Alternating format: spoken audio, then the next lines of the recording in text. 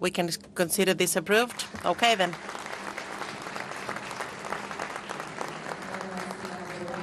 It was approved, and this joint statement by associated members and member states was approved. We now would like to call for a quick recess so that we can have the handover ceremony of the PTP from Argentina to Brazil.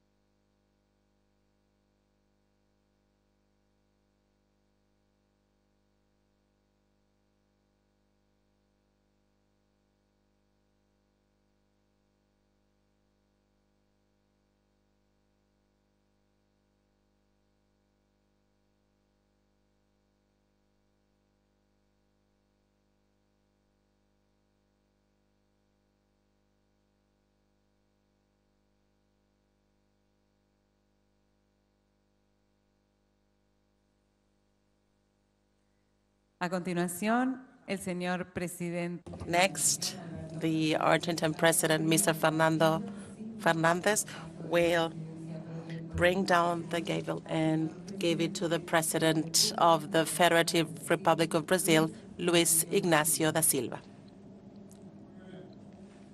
Very well. In these last few remarks, I'd like to thank you all for participating at this summit, for those who reflected together with us, and for those who've posed their expressions, wishes, suggestions with a view into the future. I'd like to just reply to one comment that I wouldn't like to skip because we were not foreign to the issue, and that is Venezuela. I'd like to remind us all that Argentina, since I took office, left the Group of Lima because of the understanding that there is a policy in Venezuela that would not resolve the issues of the Venezuelan people. The number of exiliated people from Venezuela is the result of economic sanctions that Venezuela has suffered. And therefore, we intended since the beginning to be part of the group of contact and sit at the table together with the parties so that they could find dialogue as an exit path to a better democracy and the better institution of Venezuela. When the United Nations, through a report, Michelle Bachelet questioned the treatment of human rights in Venezuela, we voted that report made by Michelle Bachelet, and we worked for the High Commissioner on Human Rights could establish an office in Caracas to work to guarantee the human rights protection in Venezuela. That was done. We resumed our dialogue through President Macron and President Gustavo Petro in the city of Paris, and we sat with the parties for them to go back to the dialogue. And there was an extended meeting in the city of Bogota, if I'm not mistaken, where this dialogue resumed.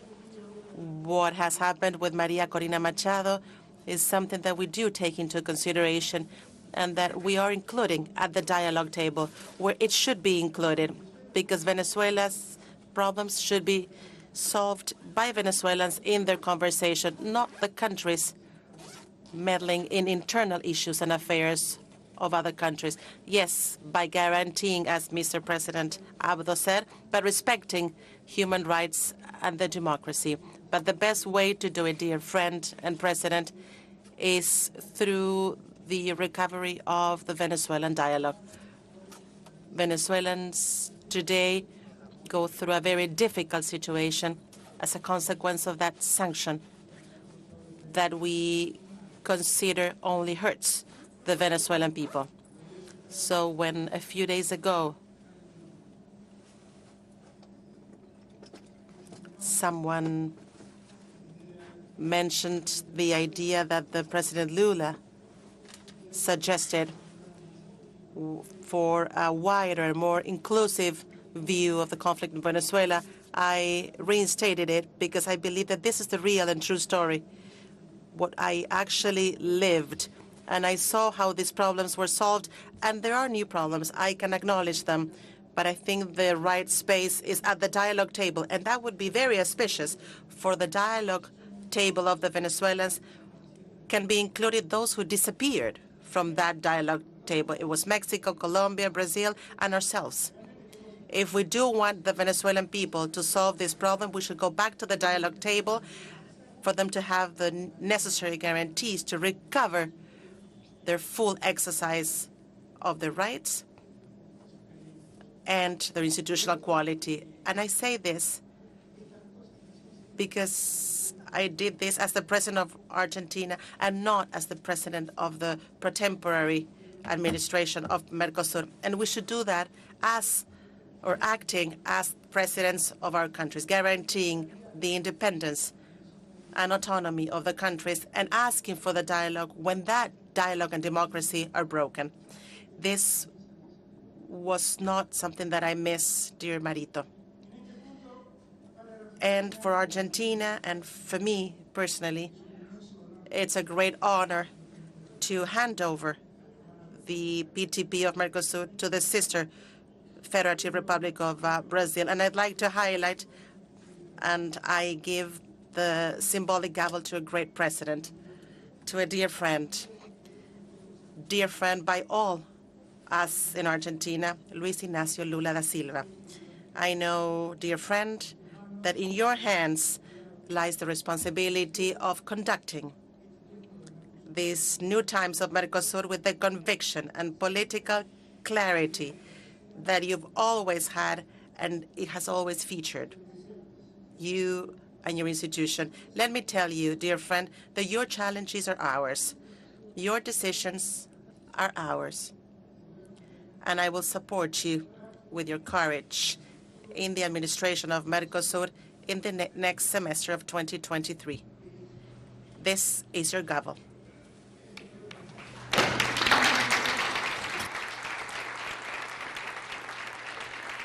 Ha quedado así traspasada la presidencia. Now, the PTP handover is now formally announced. We now give the floor to the President of the Federative Republic of Brazil, Luis Ignacio Lula da Silva. First of all, I would like to reiterate the acknowledgement for all the extraordinary work that Argentina performed in the last 6 months. I don't know if you can remember, but it seems to me that the last time I chaired a Mercosur meeting, it was in 2010. And in the last year exactly, where I left the president's office, but it was a meeting on the Brazilian side of the borderline, on the other side. And now, 12 years after I left the presidency and chaired the Mercosur bloc, and now I reassume once again, we have some commitments that we cannot delay anymore. I'd like to draw your attention for the fact that to to lead an entity that we value so much as we value the Mercosur, and we want to value it more, it has to be the leaders that are in government position and out of government position. But we have to conclude the trade agreement between European Union and Mercosur. There are no more explanations why it's been taking so many years and we're waiting for such a long time for such an agreement. Tomorrow I'll speak on the phone with Pedro Sanchez, the president of the Council of Government of Spain, and I will talk to him that Spain would be important to reach an agreement while he chairs the European Union Commission. I remember that Zapatero, when he took office at the European Commission, he also wanted us to close the agreement in the moment that he chaired having a Spaniard at the head of the European Union. So I'll talk with President of the Spaniard government, Pedro Sanchez. We have a very good relationship to see if we have many materials in Brazil that we studied, and we have to send to all the presidents that are part of the Mercosur and governments that are part of Mercosur. And maybe we can call a ministers' summit meeting to define the final text that we want to present to the European Union. Maybe it's not CELAC at the moment to discuss Mercosur because we'll be within the CELAC environment, but we'll have to make a counter-proposal to the UE and to call them to discuss our counter-proposals, so to see if we can see in this same semester to reach a definite agreement with Mercosur and European Union and to fight for other agreements. That's the first thing that I would like to dedicate some time. The second thing in my pro-tempore presidency, we want to diminish the demand amongst ourselves. If a demand is staying and lasting for a long time, there's some bitterness, something unpleasant starts when people make their claims and these claims are not met. And so something becomes something very unpleasant. So I want to, if I can dedicate myself to get the main demands or claims and divergences that we may have and see if we can make an alignment with them so that we can have a quality leapfrog forwards. And I'm one of those that said once, there's no possibility of any way out, especially a country the size of Brazil, if we're not together. There's no way out. We have to be together. Together we're a bloc, and together we have more people with us. Together we have more capillarity and more negotiation capacity than we would have alone as single countries. I think that it's very difficult for us to imagine that alone by ourselves, Argentina will get out of this crap because it's going to negotiate. No, it won't. So it's important for us to have the clarity of the unity here of the Mercosur bloc. And we had extraordinary advancements. We're complaining because it's normal for us to complain. We want more. It's natural that we want more to say more. Now, if we look what we did in the last 20 years, in terms of Mercosur, it's extraordinary growth, exceptional growth, by the figures that were presented by my brother Alberto Fernandes. So we can do more. We want more, but we may want more, but we cannot deny that we had extraordinary advancements. And the more we develop facilities, democratic institution, and mechanism within our environment, the better for us. I would like to dedicate to our brother in Bolivia to see if we can improve as fast as possible the entrance of Bolivia at the Mercosur and Venezuela. All the problems that we have with democracy, we can't hide from them. We confront them. That's what we do with democracy. I don't know the details of the problems with the candidate that is running for Venezuela. I don't know the details. But I want to get to know. I was with Pope Francis shortly ago, and I'm going to give a call to Daniel Ortega to what's going on with certain sectors with the church in Nicaragua. Whatever we may contribute, if we can give a hunch, we have to talk. What cannot happen is to isolate, and we have to take into account that that what is decent is not just on one side. There are multiple decencies. We have to talk with everybody. And the best relationship that we had with Venezuela, the best moment with Chavez, I went personally to President Obama, former President Obama, and he was concerned with what was going on in Bolivia, in Argentina, and with all South America. I told to President Obama, you got to improve your relationship with Venezuela. Call Chavez for a conversation. On the occasion of the United Nations General Assembly had delivered to him a book from Eduardo Galeano, Veias Abertas da América Latina, and so maybe they could establish a relationship after that. Nothing happened, even after he gave a gift. How many times we talked with President Bush, former President Bush? You're a bigger country, a richer country, a bigger party. Take the initiative to talk with Venezuelans. No, they don't take the initiative. So I believe that here we have to talk with everybody, and we have to try not to leave anyone behind. And no one, you always think, we have to take our hands together, and we won't let any hand free. And so, South America and Mercosur, we have to make a block of almost 450 million people and trillions in the GDP. And so we have the strength to negotiate with China, with European Union, with the U.S., and so this is our role, to form a strong bloc, and I intend. And I told to Celso Amorim, my former Foreign Affairs Minister, Mauro Vieira, I want to set up a task team of excellency so that we can at least overcome Argentina in terms of what they did in their presidency. And so I want people speaking well of the presidency pro tempore of Brazil.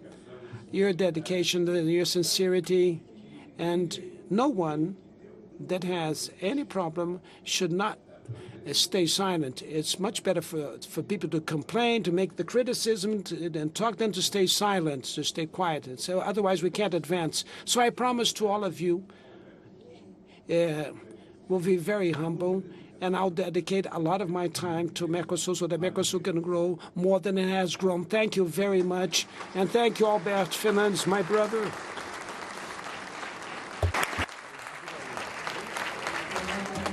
Ladies and gentlemen, with this, we formally conclude the 62nd Summit of Heads of State of Mercosur and Associated States. We'd like to thank all of you for your presence today, and I would like to invite the heads of state for the official family photo, after which Mr. President of the Argentine Republic, Alberto Fernandez, will host a lunch.